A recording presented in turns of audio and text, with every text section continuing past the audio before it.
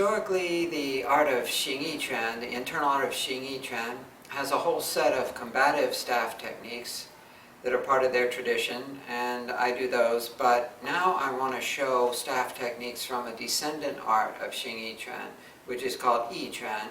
It was created by a top-level student of Guo Yunshan, so it inherited a lot of the Xing modality. However, the staff techniques in Yi Quan, I work those strictly as internal energy drills. They have no real combative purpose, although you can see some traces of their original fighting technique in them. I'm going to go over three main techniques that are part of the Yi Quan training set. Now this is the Yi Quan from the mainland, the real Yao brothers, Yao Zongxun Yi Quan. It is not the sort of fake killing at a distance stuff that you see in the USA. Okay, this is the real thing. I trained in Beijing very intensively with Yao Changguang. The three techniques I'm going to show are rarely seen. If you look on YouTube and stuff, you'll find tons of Yi Quan, all different traditions, Japan, China, USA. As far as I know, you won't see these anywhere on YouTube or anywhere else, and you rarely see them even in China. But for some reason he taught me, and I found that these are really great energy techniques. So we're going to work them purely as energetics. These are described in my book, Packing, Supercharge Your Hands. So you can read that book for a full text description of all these drills. But I think people just sort of page over that because it's a little hard to get the feel for it if you don't have the visual. So here's the visual right here. So the rear foot has 70% of your weight, and your knee is well bent. Your front foot has 30% of your weight in what I'm calling the rear position, the starting position, and your heel is a little bit up, just slightly off the ground, so it's not flat like that. It's just supporting by the front part of your foot. The knees are reasonably well bent, both knees, when you begin. So here's your rear position, this is your start. What you're going to do with every strike, there are three different strikes, but in each one of them the footwork is the same. You're going to transition from the rear-loaded 70-30 into a 50-50. And the way you're going to do that is just to straighten your legs and move forward. You're going to go from the starting position, rear 70, forward 30, to a midway position. This will be the farthest you go. And the way you do it is simply straighten the rear leg.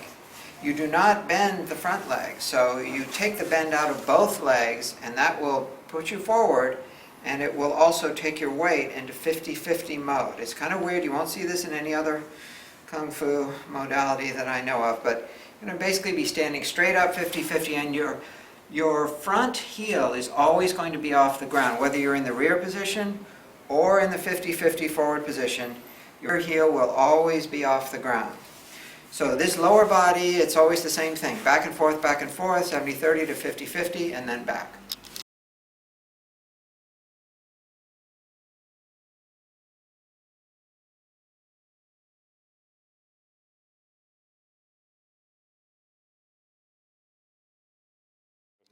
The hand positions are going to be the same too. For all of the three different techniques I'll show, the hand grip is going to be the same.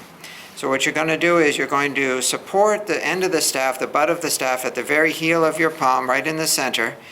Then you're going to wrap most of the fingers and the thumb around that to start with. And you're going to have your index finger going along the staff. So you've got a grip with your thumb and the other three fingers. You've got the index finger going right alongside the staff. And then you've got the butt kind of supported right at the base of the heel. And when you start, it'll be by your hip. Your rear hand will be by your hip, index finger extended. And in all these moves, you're going to do the same thing. You're going to rotate your hand as you extend the staff. I'm just doing it a little scope now, but it'll be more.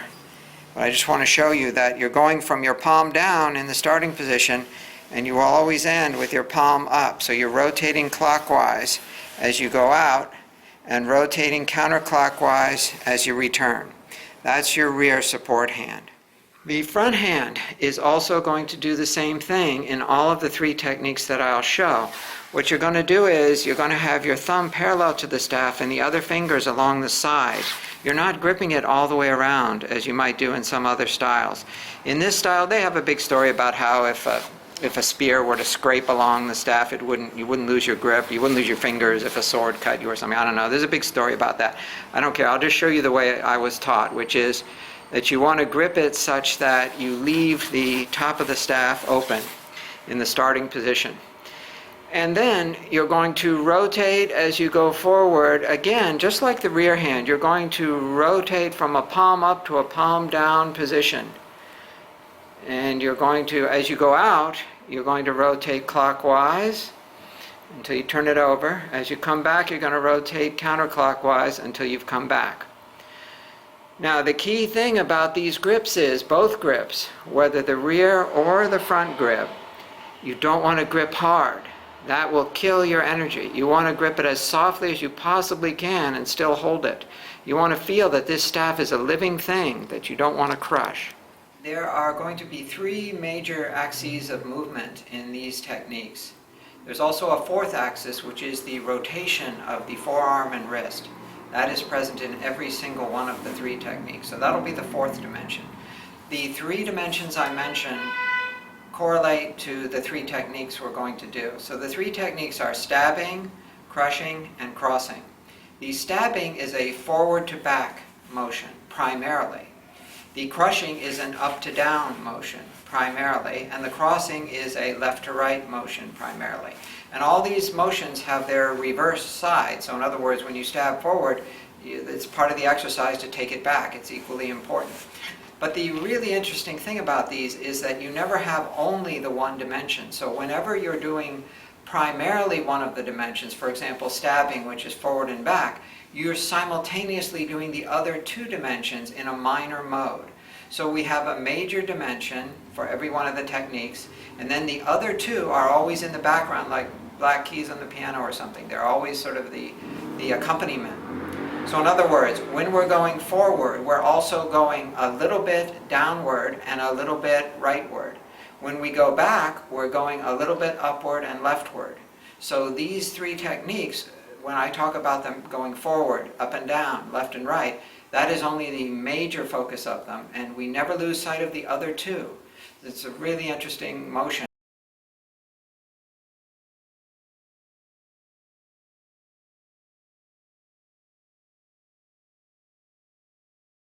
At the same time you have these 3 going on, you have the 4th motion of rotation always. That's what makes this spiral energy. This is spiral energy training. The only way it's going to work for you, though, is if you relax, mindful, slow, and you keep the softest possible grip so that you almost would lose, you're tight against it in a way. Your skin is onto it. You're not allowing a gap to develop in your grip. But at the same time, it's almost so loose that you could almost feel you would drop it if you got any looser.